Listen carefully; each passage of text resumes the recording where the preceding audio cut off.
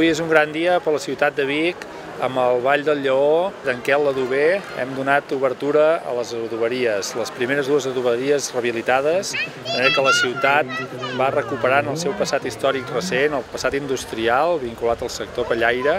i per tant és un honor disposar d'aquests nous equipaments que esperem que siguin motor de canvi per aquest sector de la ciutat, que ha d'unir definitivament el barri de Caputxins amb l'Horta Vermella a través de tot aquest nou centre que s'extén cap al complex cultural de l'Atlàntida i en el futur parc de zona verda del que havia sigut l'antiga indústria de Genís Antel. Convidem a tota la ciutadania a descobrir aquests nous espais municipals, a visitar en les jornades de portes obertes aquests equipaments que els propers mesos completarem amb el projecte de museïtzació i esperem que els propers anys serveixi de motor de canvi per aquest nou sector de la ciutat de Vic.